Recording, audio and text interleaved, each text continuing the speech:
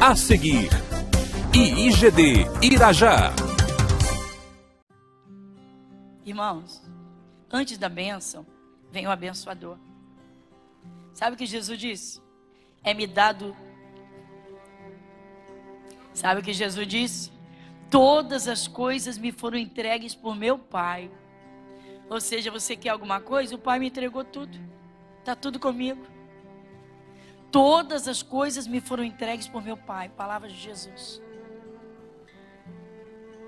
A palavra se abre em Provérbios e diz: riquezas, honra, estão comigo. É comigo. Eu fico impressionada que as pessoas correm atrás do vento, irmãos. Algumas são tão crianças, não fazem estudo da palavra, não buscam crescer espiritualmente, não buscam uma maturidade espiritual, e qualquer falsa oportunidade que surge, correm atrás, deixando o principal, que é a comunhão com Deus. Irmãos, o diabo sabe enganar muito bem muitos evangélicos, muitos cristãos. E como o diabo engana. Satanás estuda muito bem cada pessoa através de seus demônios. Ele não é onipresente. Mas quando alguém se converte, como o diabo observa? Como ele observa? Por quê? Porque se uma pessoa que se converter, se dedicar a conhecer a Deus para valer,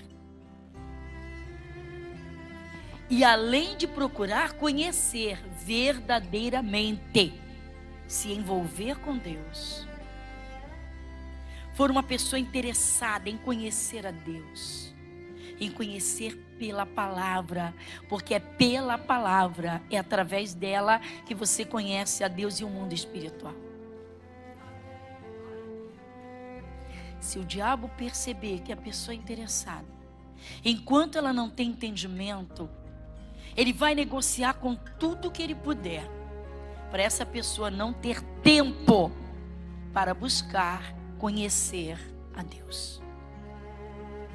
Porque se essa pessoa for esforçada e dedicada, participar de estudo da palavra, estudos da palavra de Deus, se meditar na palavra e fizer os seus apontamentos. Hoje eu estou aprendendo sobre paciência. Hoje eu estou entendendo como é que eu posso produzir isso. Deus falou nessa palavra, tem uma referência que eu ouvi no culto, eu agora vou ver a referência e vou ver, achei outra, então agora eu já sei, chega, acabou a contenda. Entre mim e meu filho não tem mais contenda, porque agora eu vou ter paciência. O diabo grita e diz: é mesmo? Quer dizer que você está aprendendo a ter paciência? Muito bem. Então sabe o que eu vou fazer? Eu vou trabalhar para você não aprender mais nada, nenhum fruto do Espírito. Porque quando você pensar em produzir esse fruto, você não tem material para isso. Quando chegar o dia do estudo, você não vai ter condição de ir. Por quê? Quantos bobinhos não se preparam? Sabe? Eu torci o pé essa semana, fiquei uma semana sem poder andar, por isso que eu não vim. Sabe, pastor, essa semana eu tive uma dor de cabeça. Mas eu falei, pastor, Isaías 53 não saiu da minha boca. Blá, blá, blá, blá, blá, blá, blá, blá, blá. Está escrito, está escrito, está escrito. Faltou o quê? Comunhão com Deus. Faltou o Espírito. A lâmpada estava apagada. Tem gente cuja lâmpada está apagada e fala, recita versículo, recita e berra, berra, berra, berra, berra e não muda nada. Eu acho interessante, tem gente que pula, meu irmão, mas pula. Diabo, você está debaixo dos meus pés. E o capeta está lá, segurando o tridente e apertando. E o problema não acaba. Irmãos, os cristãos não lidam com o espírito burro lamentavelmente eu tenho que dizer isso, mas combatem um espírito sagaz. Para quem habita no esconderijo do Altíssimo, para quem habita na casa de Deus, para quem habita, não há problema, porque não precisa berrar. O próprio Jesus guerreia as nossas guerras.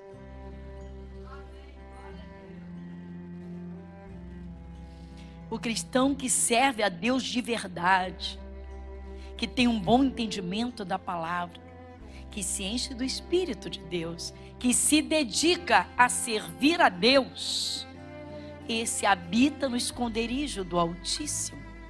Quando o diabo vem, ele tende a encarar o Altíssimo. E ele não consegue subir meio metro, porque é alto demais. Meu irmão, não é uma brincadeira.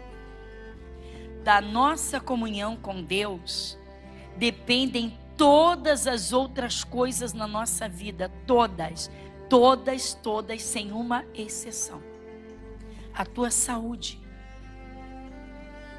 a tua segurança,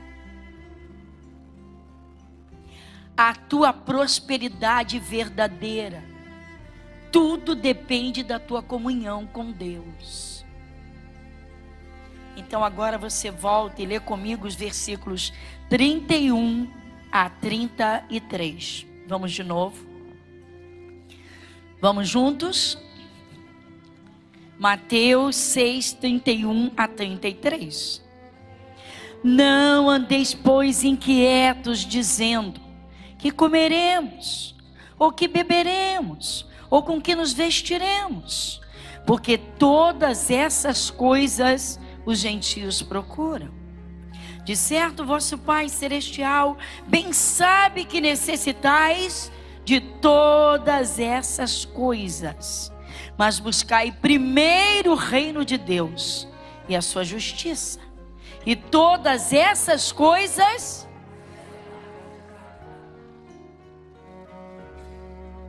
Irmão, Jesus não estava brincando. Ele não estava fazendo um carinho para dizer: ei, filhinho, não fique inquieto com nada não. Papai do céu sabe tudo que você precisa. É, Senhor, mas se eu não me virar? É, Senhor. Irmãos, muita gente se converte, irmãos, mas não busca conhecer o seu Senhor, não procura conhecer o seu Pai. Jesus está usando aqui a figura do Pai.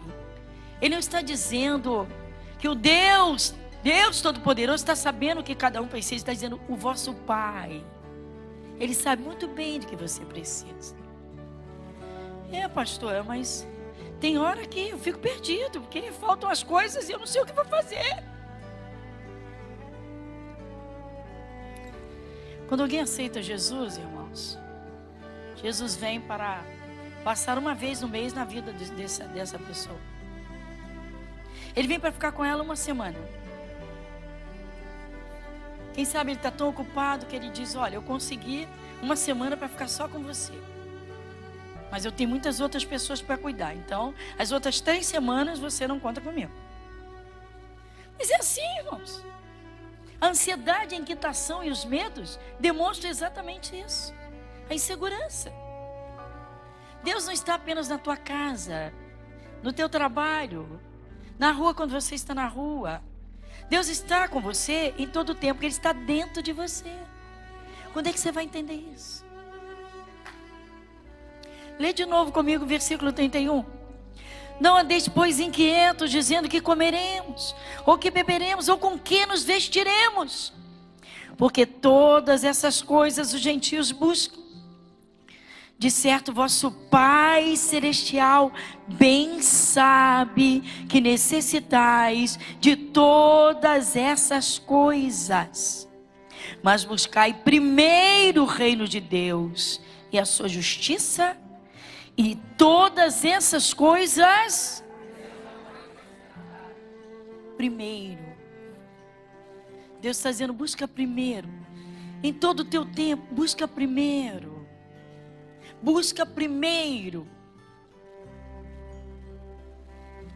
As pessoas são tão imaturas, irmãos. Sabe, pastor, eu tirei um tempo para me consagrar. Eu dobrei meu joelho e fiquei 3 horas orando. Isso não é consagração, isso é sacrifício, isso é sacrilégio. Isso é castigo. Você pode buscar a Deus das mais diversas formas. Desde que você separe um tempo para dizer, Jesus, esse tempo é do Senhor.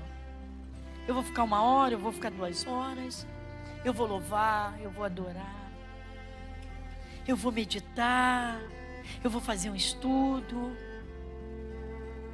E daqui a pouco, sem que você espere, teu coração queima e você começa a conversar com Deus. Conversar. E conversa. Daqui a pouco, sabe o que acontece? O Espírito de Deus enche e você transborda. E você diz, meu Deus, que é isso?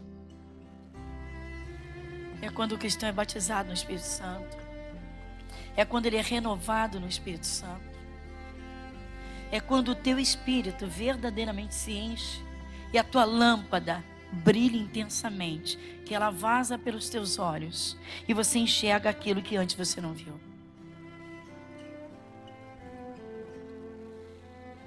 Irmãos, o diabo está encontrando muito espaço no povo evangélico. Quantas pessoas se convertem, começam uma caminhada bonita. Eu acho interessante, acontece uma coisa muito, chega a ser engraçada nas igrejas. Todas as igrejas que eu pastoreei, eu observei e observo isso. Algumas pessoas no início da sua conversão ficam tão felizes, mas tão felizes, aquele amor que explode no coração. A pessoa vem para a primeira fileira ou para a segunda fileira no máximo. Passa-se um tempo, não vou precisar tempo, mas passa um tempo, você já procura aquela pessoa, de repente você bate o olho e encontra ela lá no meio. Já está chegando mais tarde, já não senta mais à frente, já está lá pelo meio. Aí passam-se alguns anos, aí você procura, está lá atrás. Aí você diz, interessante, né? Isso aí, pastor, isso faz diferença? Com certeza faz. Porque uma coisa é o primeiro amor, a outra é o esfriamento, a outra é o costume. Uma coisa é a lua de mel, outra coisa são os 25, 50 anos de casados. Vamos ser realistas. Quando o amor está em alta, então tudo é sobre aquele amor, é para aquele amor. Buscar primeiro o reino de Deus. Jesus está dizendo, me coloca na frente de tudo, vai. Deus está dizendo, me põe acima de tudo. Antes de voltar ao Salmo 27, vamos a Deuteronômio capítulo 6. Versículo de número 5 e 6. Deuteronômio capítulo 6, versículo 5. Quem vai ler comigo? Amarás, pois, o Senhor teu Deus de todo o teu coração e de toda a tua alma e de todo o teu poder. E estas palavras que hoje te ordeno estarão no teu coração. No coração, irmãos. Amarás, pois, o Senhor teu Deus de todo o teu coração. Eita, quantos já esbarraram nisso aqui hoje? Que isso, pastor? Nasceu o seu bebê. Nasceu o seu bebê. Aí o moço é músico da casa de Deus. E o domingo ele tem um horário para tocar. Ele toca para Deus. Ele toca para Jesus. Ele toca para que as vidas, a igreja consiga chegar à presença de Deus. Que a música é tremenda para levar as pessoas à presença de Deus, sim ou não? A música é tremenda, irmãos. A música é tremenda para levar uma pessoa à presença de Deus. Eu não estou falando de emoção, não. Estou falando de unção. unção.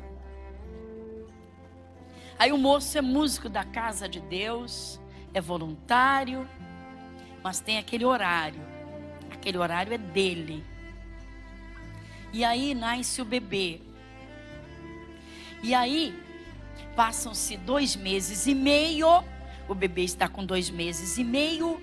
E o tempo dá uma virada aqui no Rio. Vem uma frente fria. E aí a família não aparece. O moço não toca para Jesus. E quando o sol brilha, depois de uns 4 dias, o moço aparece. Eu digo: menino, você quebrou sua escala aí, deixou o céu em falta. A igreja? Não, o tempo virou. Imagina se eu saio com meu filho, ele pega um resfriado. Eu falei: mas por que não deixou ele com a sua esposa e veio para servir a Deus? Pobrezinha de mim, para que eu perguntei? Para que eu perguntei? Estúpida que eu fui. Eu perguntei: por que não deixou o bebê com a sua esposa? Ela está amamentando, tudo bem. Deixava o bebê com a sua esposa. E viria para o seu culto, para tocar para Jesus. O tempo, olha o tempo, imagina um frio desse, uma frente fria. Imagina se meu filho pega um resfriado. Eu falei: mas por que não deixou em casa? Deixava o seu bebê com a mamãe, mas a sua escala cumpriria.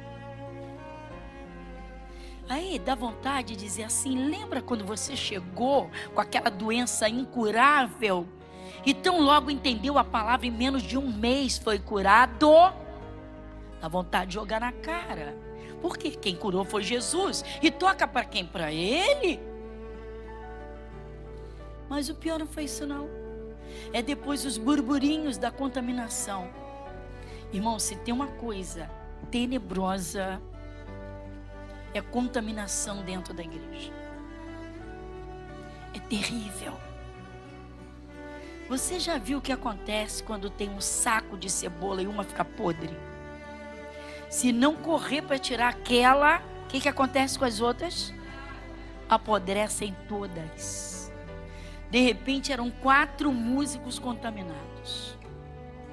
E todos eles vão embora. E aí eu pergunto: mas por quê? Por quê? Porque a pastora é exigente demais. Só porque o irmão faltou, por causa do bebê dele. O bebê dele. A pastora questionou por que ele não veio. A pastora questionou. E os outros concordaram.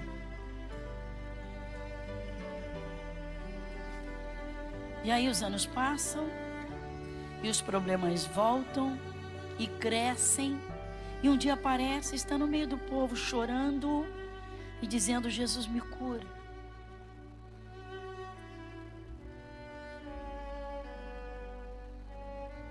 Eu digo: irmão, eu digo: irmãos, não é a mim que eles servem, é a Deus. Não é a mim que os obreiros servem, nem tampouco a igreja, embora sirvam embaixo da nossa responsabilidade e na igreja, mas não é a igreja que eles servem, é a Deus. O obreiro serve a Deus. O obreiro serve a Cristo. O músico toca para que a unção seja derramada, porque quando o louvor sobe, Deus derrama a unção.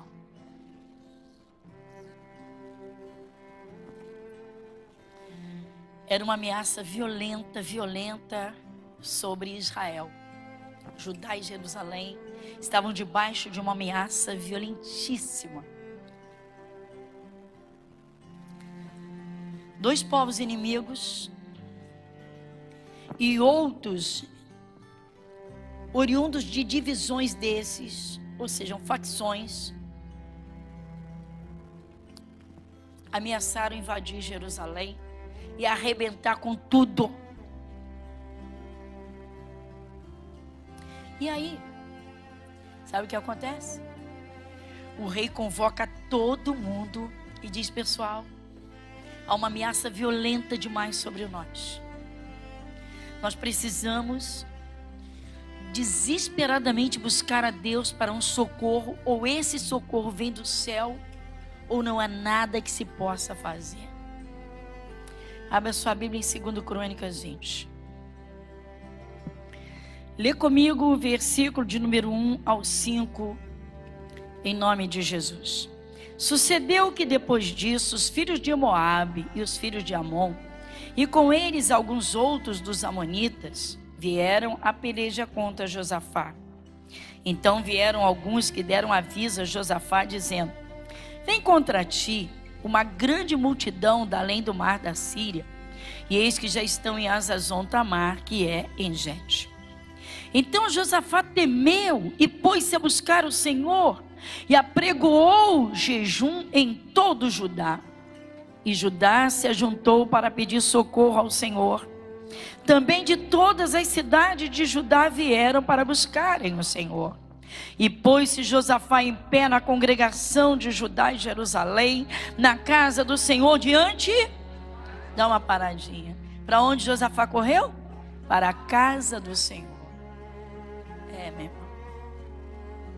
Sabe por quê? Sozinho ele não ia conseguir vencer.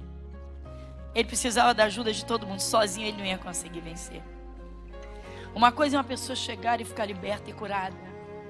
Outra coisa é ela desviar ou deixar aquele alimento que a sustentou por tanto tempo. Deixar aquelas armas com as quais ela literalmente infligia pavor ao diabo. E depois o diabo volta e encontra essa pessoa faminta, caída e desarmada. Porque cada demônio que sai quando volta traz 7 piores do que ele. Eu estou falando bobagem? Quem sabe que isso está na Bíblia? Por favor.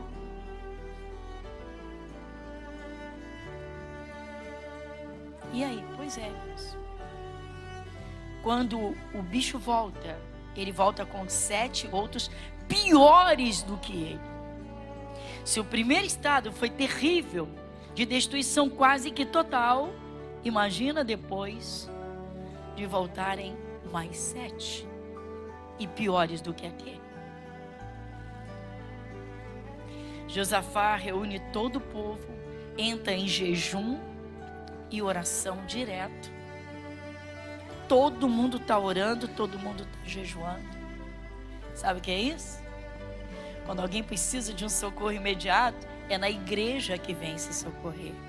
É na igreja que vem para ficar curado. É na igreja que vem para ser liberto. É na igreja que vem para derramar aos pés de Jesus e conquistar uma porta.